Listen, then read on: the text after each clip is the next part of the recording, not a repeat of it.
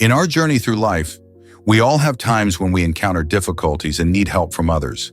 However, there are types of people that you should not help, even if they beg or try to attract attention to get help. Today in this video, I will share with you 8 types of people that we should avoid helping. Some of them may surprise you, but before we begin, I want you to listen to an ancient story. This story will help you understand the lesson this video wants to convey more deeply. Once upon a time in a small village, there was a blacksmith named Marcus. Marcus was famous for his kindness and devotion to everyone around him. One day, while walking through the forest, he encountered a wolf trapped in a trap. Although the wolf was a dangerous animal, Marcus still felt sorry for it and decided to help it escape. After disassembling the trap, he gave the wolf a piece of meat to restore its health. But after a short while, when the wolf recovered, it turned around and attacked Marcus, biting him fiercely. In his pain, Marcus was surprised to realize that the wolf's nature had not changed, even though he had saved it. It still acted on its instincts without gratitude, without any change in its nature. This story teaches us that, like the wolf, there are people who, no matter how much we help them, will not change. These people do not appreciate your help and may even hurt you. That is why in life we must be aware of who is worthy of help and who is not. Sometimes in our desire to do good, we can forget the true nature of others, and as a result, we have to pay the price. Imagine your energy and time as a source of energy. Some people will know how to receive and enrich that energy, while others will only drain it. They are like devices that are always running too many apps, draining your energy without providing any value. So before we dive into identifying these types of people, I invite you to take a moment to reflect on the people around you. Who is worth helping and who is just draining your energy? If you find this reflection valuable, don't forget to subscribe and hit the notification bell so you don't miss out on future videos. Now let's explore the types of people you should avoid helping. Number 1, the unscrupulous. When trust is abused, in this life, there are people who live only to achieve their goals without caring about the consequences of their actions. They are people who are willing to sacrifice any moral principles, willing to betray, stab in the back, and take advantage of anyone just to achieve what they want. Once they have nothing left to lose, they will not hesitate to use any means, regardless of honor or loyalty. In their eyes, everything is just a means to the final destination. Such people often appear under the guise of people in need of help. They appear as friends, close people, with pleading eyes and open arms to receive the generosity of others. But behind those smiles, there is a single goal: personal gain. They will take your support, time, and effort without any intention of repaying them. They ask for support, but when the time comes to return it, they will leave without regret. Among the unscrupulous people, there is a type that is more notable than others. Those who are ready to sell their loyalty and affection for one thing only: money. For these people, money is not just a means of exchange, but the only goal in life. They are ready to change the truth, break promises, and even betray those who have trusted them to achieve what they consider most important. We can easily recognize these people, but we should not rush to blame or label them. These people, most of the time, are also victims of their own ambition and selfishness. But no matter what, we cannot let ourselves become prey in their game. So how do we protect ourselves from such people? First of all, remember that in life, not everyone who asks for help deserves it. Those who are not willing to respect your boundaries will never respect your boundaries. So you need to learn to set firm limits, not letting your generosity or kindness be taken advantage of. Don't hesitate to refuse when you see exploitation. Don't let sympathy or empathy cloud your judgment. Another important principle is always be careful when sharing. Don't fall into the trap of people who are just waiting for the opportunity to take advantage of your help. Choose people who are truly worthy to share your values and successes, people who will appreciate and reward you instead of those who only come when it's beneficial and disappear when you need them most.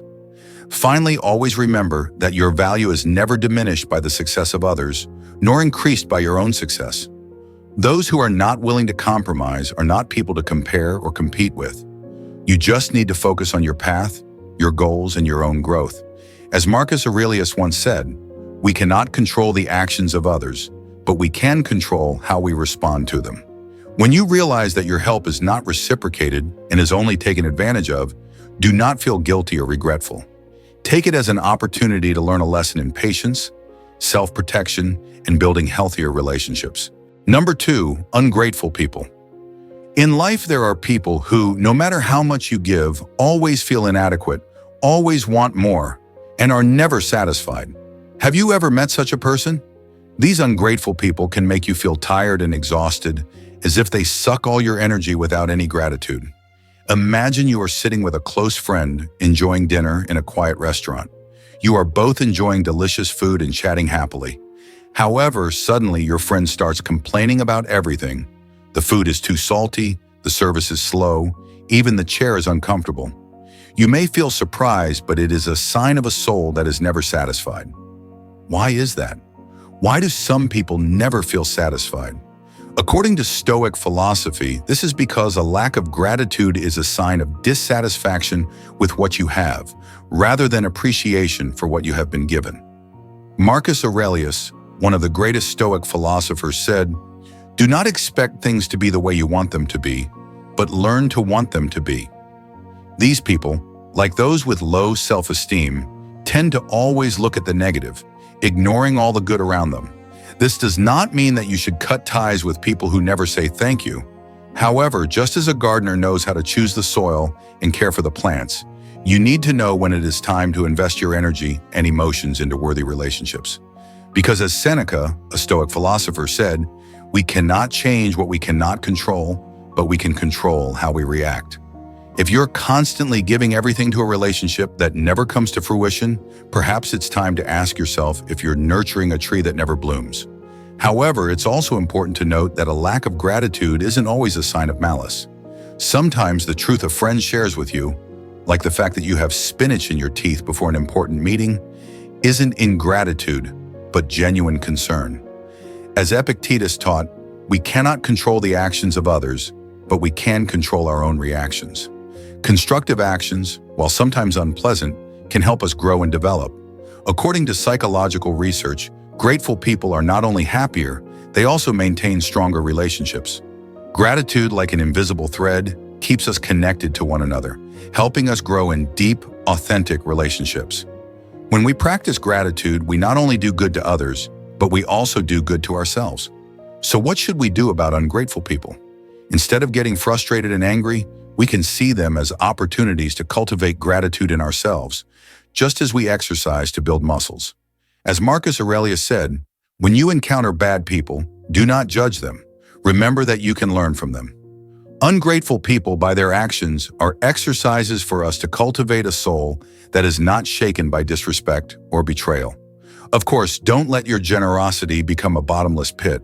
As Brené Brown points out, generosity is not limitless, and true generosity must come from love, not resentment. Know when to let go, when to stand up and defend yourself. You are not being ungrateful when you set healthy boundaries. You are practicing self-care. Finally, remember that other people's ingratitude reflects more on them than it does on you. Carl Rogers, the great psychologist, once said, "When you accept yourself as you are, you have the power to change." Remember, you have a choice in how you respond to the people around you. If someone doesn't deserve your energy, take a step back and reassess your own worth. And if you still choose to help, do it because you want to, not because you expect recognition from them. As Immanuel Kant said, act so that your actions may become the principles of a common morality for humanity. Number 3, the lazy person. In life, there are people who always try to avoid all challenges, but want to receive all the results. They are lazy people, always want everything without sacrificing any effort. They are like shadows that avoid the light, but demand success. They do not realize that, as the philosopher Marcus Aurelius said, success is not the result of luck, but the result of constant effort. Imagine that you are the team leader of an important project at the company. A colleague of yours, John, always tries to delegate work to others. Every time it is his turn to work, he gives an excuse. "I can't finish the report because I have an important meeting today," or "I can't handle this research, I have a meeting with a client." He avoids all tasks and the rest of the team has to shoulder them. But strangely, when the project is completed and successful, John is the first to claim credit. "Everyone did a great job," he says, "but I also had a hand in formulating the strategy." You're confused. He didn't do anything, but he wanted the credit.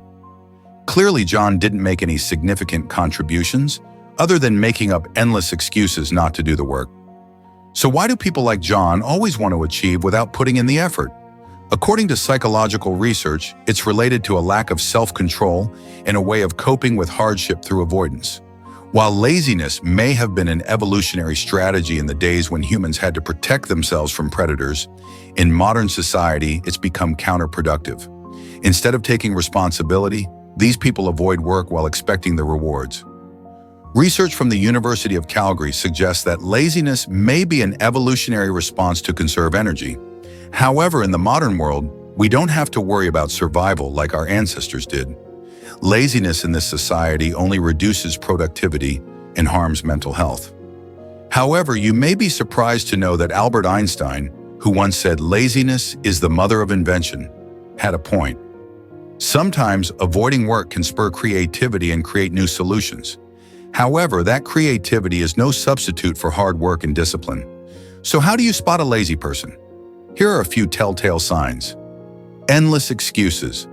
They always have a reason not to do something. For example, "I can't exercise because it's raining." "Tomorrow, I'll do it tomorrow," is where all the work piles up, but tomorrow never comes.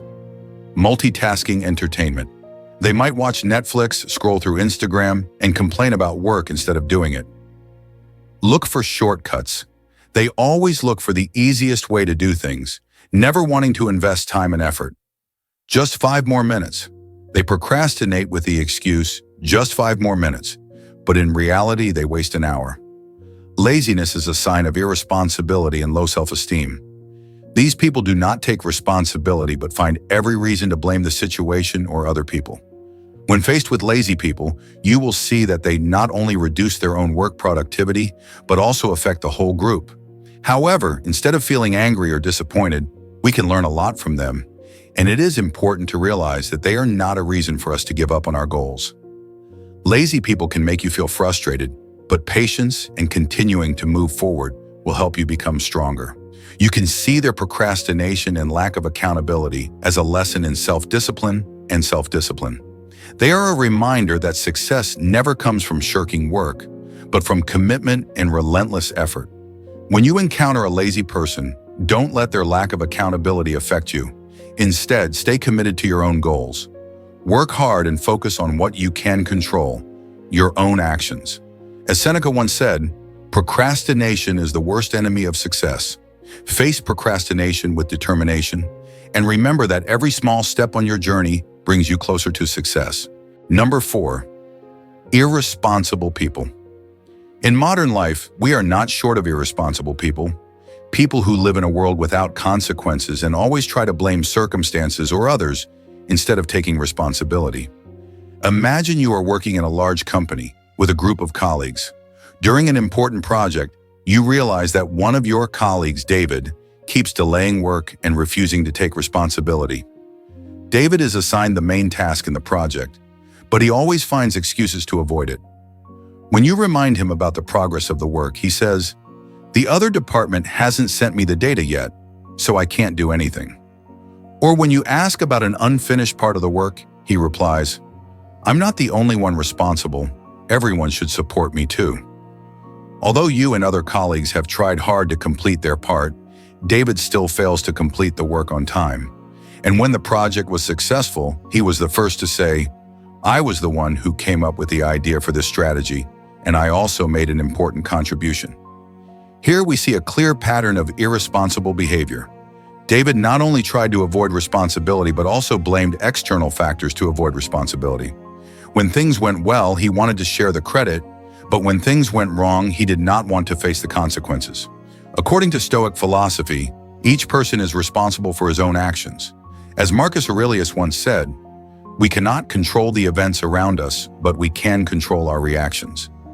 This means that no matter how difficult the situation is, we are still responsible for our actions. David did not realize that by avoiding responsibility, he not only harmed himself, but also affected the whole group. In this situation, instead of continuing to help David endlessly, you can take a different approach, which is to encourage him to be aware of the consequences of his actions. Invite them to reflect on their actions, rather than doing them for them. As Seneca said, it is not the circumstances that upset us, but the way we react to them. For David, helping him realize his irresponsibility would be much more meaningful than continuing to do his work for him. Irresponsibility is not only harmful to the irresponsible person, but also to everyone around him. When dealing with someone like David, it is important to stand firm in your values, learn to back off, and not allow others to use your kindness as a cushion to avoid difficulty. Instead of getting frustrated, see it as an opportunity to develop patience and determination. As Bertrand Russell said, most of the trouble in the world is due to people being completely ignorant and intelligent people being full of doubt. So the next time you come across someone as irresponsible as David, ask yourself if you want to continue supporting them, or if you would rather encourage them to take responsibility for their actions. Sometimes the best way to help someone is to let them learn from their mistakes. Congratulations on making it halfway through today. If you enjoyed the video, don't forget to hit the like button and subscribe to the channel with the bell so you don't miss future videos. And if you enjoy this kind of content as much as I do, please leave a comment. I love wisdom. Let's continue to learn and improve our lives together.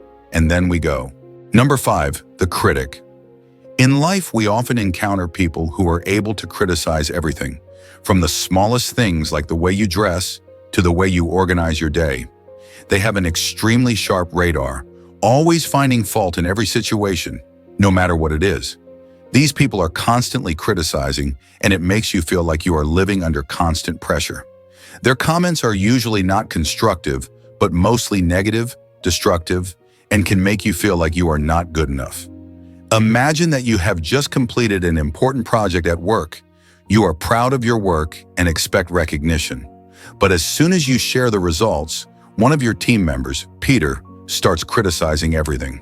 Why don't you add some pictures? More people will definitely notice. This project lacks creativity. Even though you work hard, all your efforts are denied by constant criticism. These words not only make you frustrated, but also make you start to doubt your own abilities. So why are there people like Peter, who always find a way to criticize everything? According to psychological research, chronic critics often use criticism to establish power and control over others. Sometimes they use criticism as a way to hide their own insecurities. In fact, such criticism can be a way for them to feel powerful and reduce the confidence of others in order to create control over their environment. This is where Stoic philosophy can help us. Marcus Aurelius, one of the greatest Stoic philosophers, taught that we cannot control the actions of others, but we can control how we react to those actions. If you let criticism get you down, you will spiral into insecurity and self-doubt. But if you learn to see criticism as an inevitable part of life, you will maintain your composure and self-control, which the Stoics emphasize as so important. Instead of taking Peter's criticism personally, remember that the comments were a reflection of his own insecurities, not your own shortcomings. As Epictetus said, we cannot control what happens to us, but we can control how we react to it. Don't let the words of others affect your self-worth, but continue to act with integrity and dignity. An effective way to deal with critics is to maintain a balanced perspective and redirect the conversation toward constructive solutions. When you realize that criticism is not always helpful for personal growth, you will no longer feel attacked. Try to make the conversation more positive by talking about the aspects of the project that have been successful, rather than focusing on the shortcomings. In fact, as Bertrand Russell said, most of the world's difficulties arise from people's lack of complete certainty. When faced with relentless critics, stay calm and patient. You can't change them, but you can change how you respond. Sometimes the best way to protect yourself is to simply change the subject or keep some distance. Remember that constructive criticism can be valuable, but constant criticism without any real contribution will only damage your self-esteem and self-confidence. Setting clear boundaries and maintaining a positive attitude will help you not be affected by such criticism and create a more positive work environment for yourself and those around you. Ultimately, as Seneca taught, we are what we do. Focus on your own growth and don't let criticism weaken your resolve. When you persevere and don't let negative talk sway you, you will create a solid path for yourself despite challenges and difficulties. Number 6, people who are always waiting to benefit, also known as parasites, are a type of person that you can meet in your daily life. They are people who are always looking for opportunities to get what they want without making any effort, willing to take advantage of others regardless of the consequences. They may appear very friendly and charming, but in fact they hide an opportunistic attitude, always taking advantage of the generosity of others without giving anything in return. This does not mean that we should confuse them with people who really need help. The difference between a parasite and someone who really needs help lies in the way they behave and the reciprocity in the relationship. Parasites usually never reciprocate the help they receive. Instead, they will only appear when there is a benefit and disappear when you need them. As psychologist Harriet Breaker says, these people are experts at making you feel guilty when you don't meet their expectations. Identifying a freeloader can be difficult because they are good at hiding their intentions. They will always try to get what they want through subtle manipulations like flattery or vague promises, without actually committing to contributing anything. And when the opportunity arises, they will always show up, but when you need help or ask them to join in the effort, they disappear. Dealing with freeloaders requires wisdom and clarity in setting boundaries. You need to be clear about what you are willing to give and what you expect in return. Encouraging reciprocity in your relationships is one of the most effective ways to deal with freeloaders. When you offer help, you should set clear expectations about how they will contribute in return so you don't get taken advantage of. In fact, freeloaders reflect a combination of low compassion and high opportunism. These people are willing to take advantage of any opportunity to satisfy their own interests without caring about the impact their actions have on others. By identifying and managing freeloaders, you can protect your emotional integrity and maintain healthier, more equitable relationships. Healthy relationships always require exchange, mutual contributions from both parties. But if you find yourself constantly giving without receiving anything in return, it is time to rethink. Spending energy and time on people who do not appreciate your contributions can leave you feeling tired, exhausted, and emotionally damaged. Instead, you can redirect your energy into more equitable and rewarding relationships where your actions are appreciated and valued. Stoic philosophy teaches us that in a world of uncertainty and hardship, the only thing we can control is how we respond to circumstances. When dealing with freeloaders, you may not be able to change them, but you can definitely change how you respond. As Marcus Aurelius said, do not let what happens to you beyond your control affect your inner self. So instead of letting them hurt you, learn to protect yourself by sticking to your principles and building healthy relationships where the exchange is fair and reciprocal. Number 7, the envious imagine you've just made a brilliant investment decision, and in a short period of time, you've reaped a huge profit. You look at your balance sheet and can't help but smile when you see that you've won big on a stock that few people believed in before. Your joy is evident on your face, but at the same time, something strange is happening. Your relationships with the people around you begin to change. Have you noticed that when success comes, jealousy often follows? According to a Harvard University study, 70% of people who win the lottery or achieve great financial success experience a decline in their personal relationships. The main reason? Jealousy. You don't have to win the lottery or make millions from stocks. A promotion at work or a small personal victory can be enough to arouse jealousy from those around you. Envy is a complex emotion, lurking in the eyes or words. So where does envy come from? Psychologist Sarah Prasi, in her book The Philosophy of Envy, explains that it arises when we clearly perceive a gap between what we have and what we think we deserve. It is as if we carry within us a cosmic justice, and when someone else achieves what we feel we deserve, it makes us fall into a state of dissatisfaction and anger. But the interesting thing is, envy is not always bad. On the contrary, it can become a powerful motivator. As Thomas Edison once said, "To invent, you need a good imagination and a lot of garbage." However, if not controlled, envy will quickly become negative garbage, undermining all our achievements. The key to dealing with envy is how we react, not just to our own envy, but also to the envy of others. One of the most effective strategies is to keep your successes and plans a secret. In a world where sharing everything on social media has become almost a must, keeping quiet about your achievements is a wise move. The reason is that when you share your success before you achieve your goal, your brain releases dopamine, the feel-good chemical.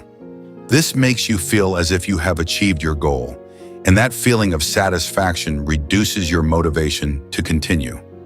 Science has shown that people who keep their goals secret are 70% more likely to achieve them than those who share them widely.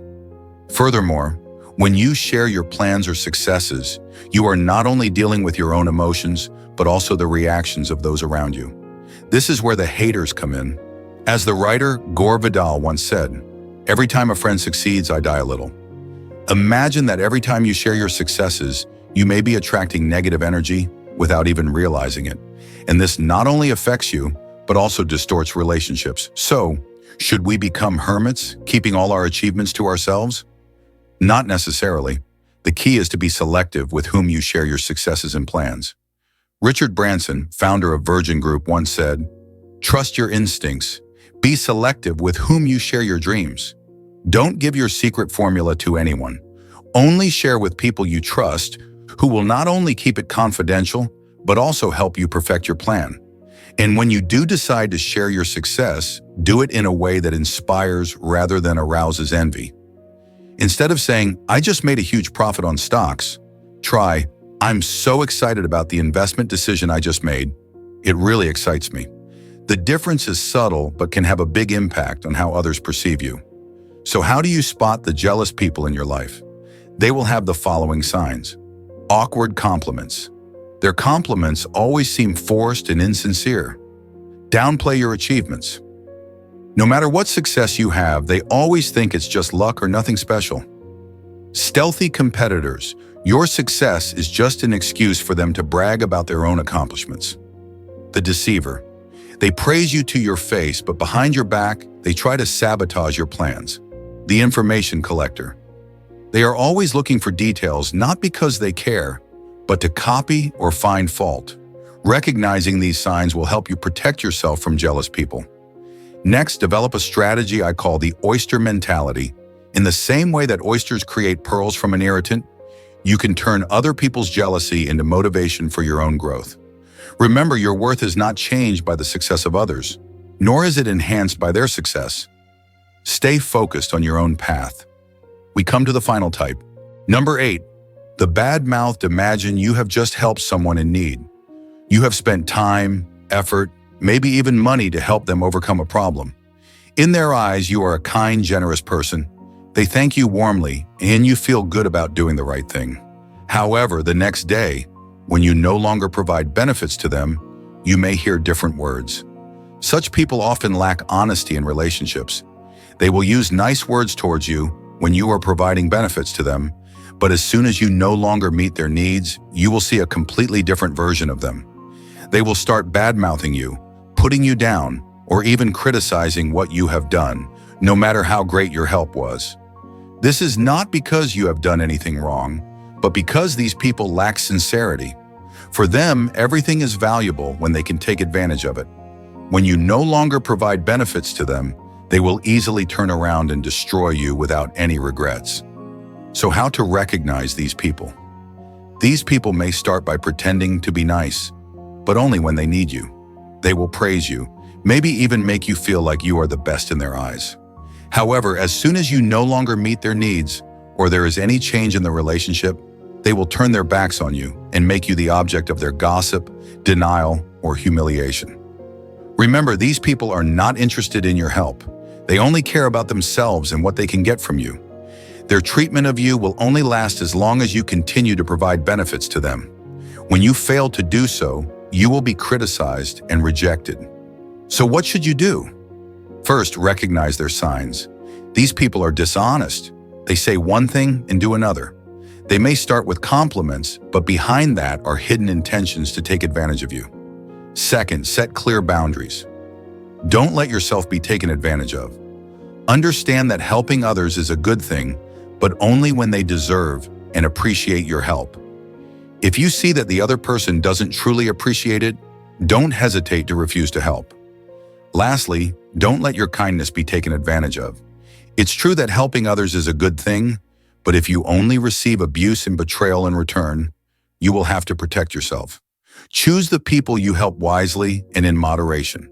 As the philosopher Epictetus said, we cannot control the actions of others, but we can control our own reactions. Learn to choose the people you want to help and protect your energy from those who gossip and take advantage of your kindness. Thank you for watching today's video about 8 types of people we should be careful about helping. Each type of person has characteristics that can hurt us or waste our precious time and energy.